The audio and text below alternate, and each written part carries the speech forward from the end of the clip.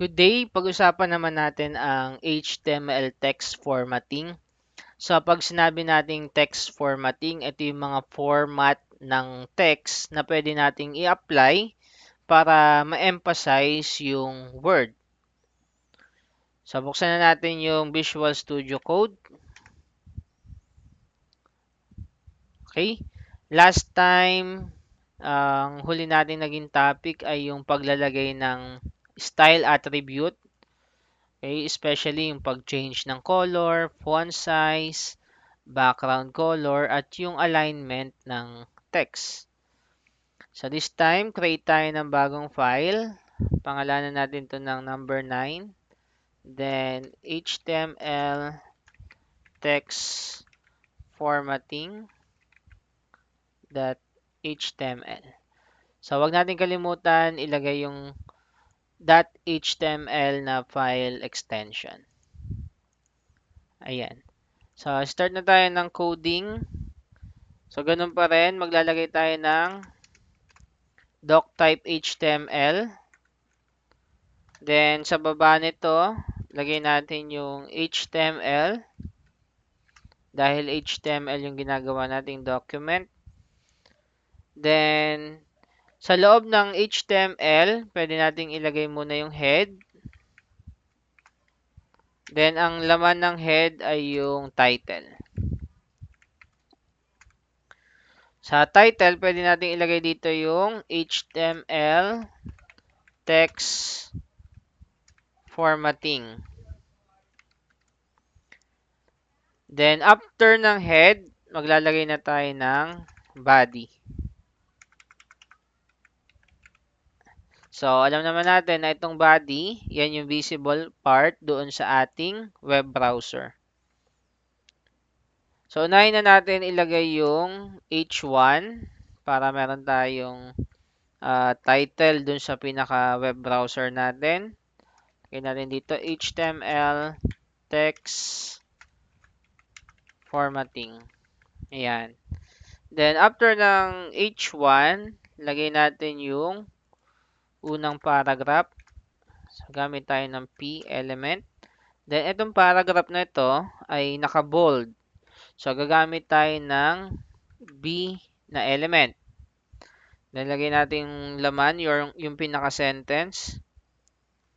This text is bold using. So, lagay tayo ng ampersand, LT. Then, semicolon. Then, lagay natin yung B. Then, ampersand, GT. Then, semicolon. Ayan. Para mailagay sa loob ng less than at greater than symbol yung letter B. So, try natin i-save. Control S. Then, punta tayo dun sa folder natin na palaging ginagamit. Then, ito na siya. Ayan. So, naka-bold yung ating unang paragraph. Next, gamit tayo ng strong. So, ang strong pala, halos same sila ng B na gagawing makapal yung text.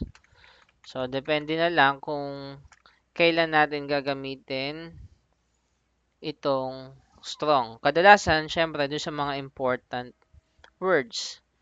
So, this text is strong or important using. So, copy na lang natin to. Tapos, palitan natin ng strong. Then, save natin. Control S. Then, refresh natin to. Okay. Ayan. So, kung mapapansin ninyo, same lang sila na kumapal yung ating sentence. Nasa sa inyo na lang kung ano yung gagamitin ninyo kapag gusto nyong pakapalin yung text natin. Next, after ng B saka strong, yung I saka EM. So, gamit ulit tayo ng paragraph. Kung mapapansin ninyo, nested element to ha. So, merong element, ito yan, sa loob ng element, which is yung P. So, ganun pa rin itong susunod. Gamit tayo ng I. So, this text is italic. Or liitan natin itong I. Ayan. Using, copy na lang ulit natin yon or paste ko na lang yung nakakopy kanina. Then, palitan ko ng I. Ayan. Then, save natin.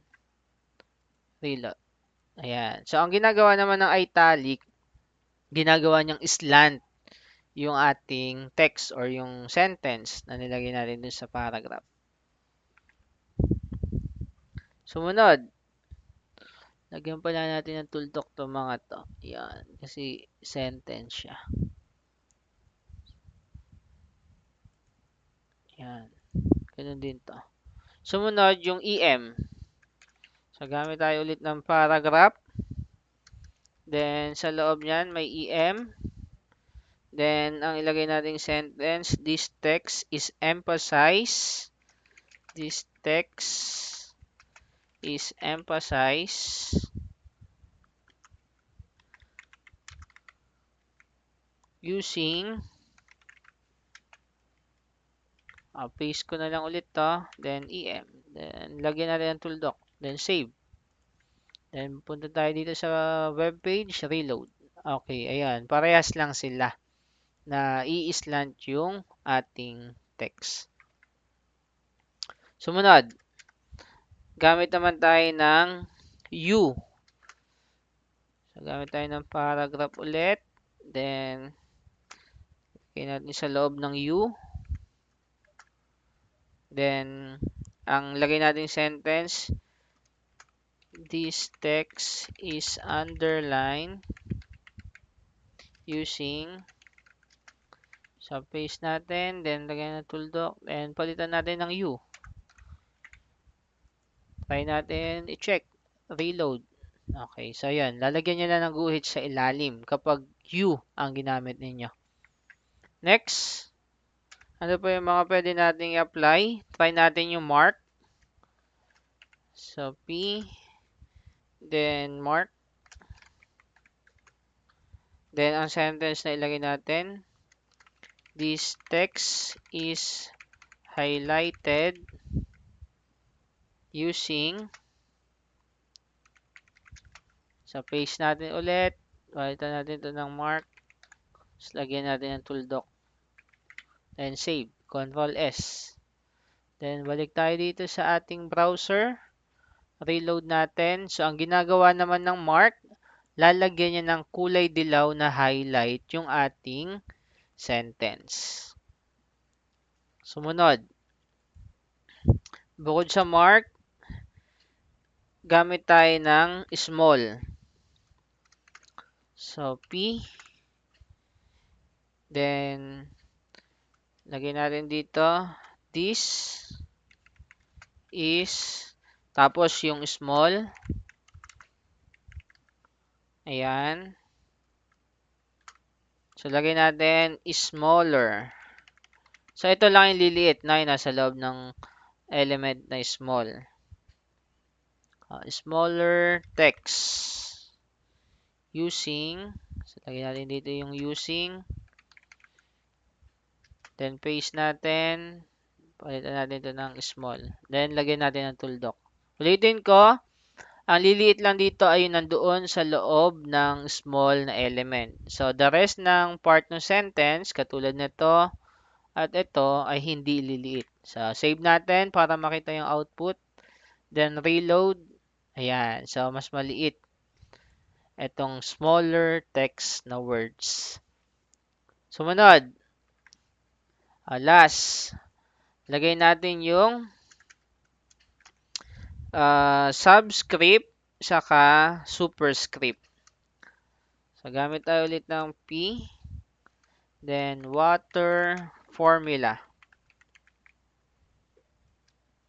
Lagay natin dito H. Tapos, yung paliliitin natin, sub. Yan. Ang paliliit na natin dito yung 2. Yan. Then, O.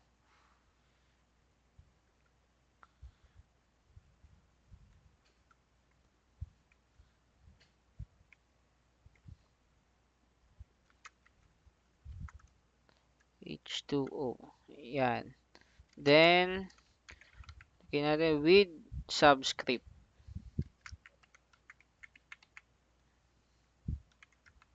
Yan. So, itong sub, ibig sabihin yan ay subscript. Then, yung isa naman, superscript, gamit tayo ulit ng P element. Pagsabay na natin siyang i-check mamaya. So, area naman, area of square. Then, tayo ng colon. Then, A. Tapos, superscript naman. Tapos, ang ilagay natin ay 2. Yan. A squared. Parang ganon. Then, lagay natin dito sa labas with superscript. Yan. Then, save. Check natin yung output. Then, reload. Yan. So, yung subscript, ang ginawa niya, binaba niya yung number 2. Ito namang superscript, nilagay niya sa taas. Okay? So, yun yung use ng subscript and superscript. So, ito yung mga example ng ating text formatting. Nawa ay may natutunan kayo. Thank you for listening.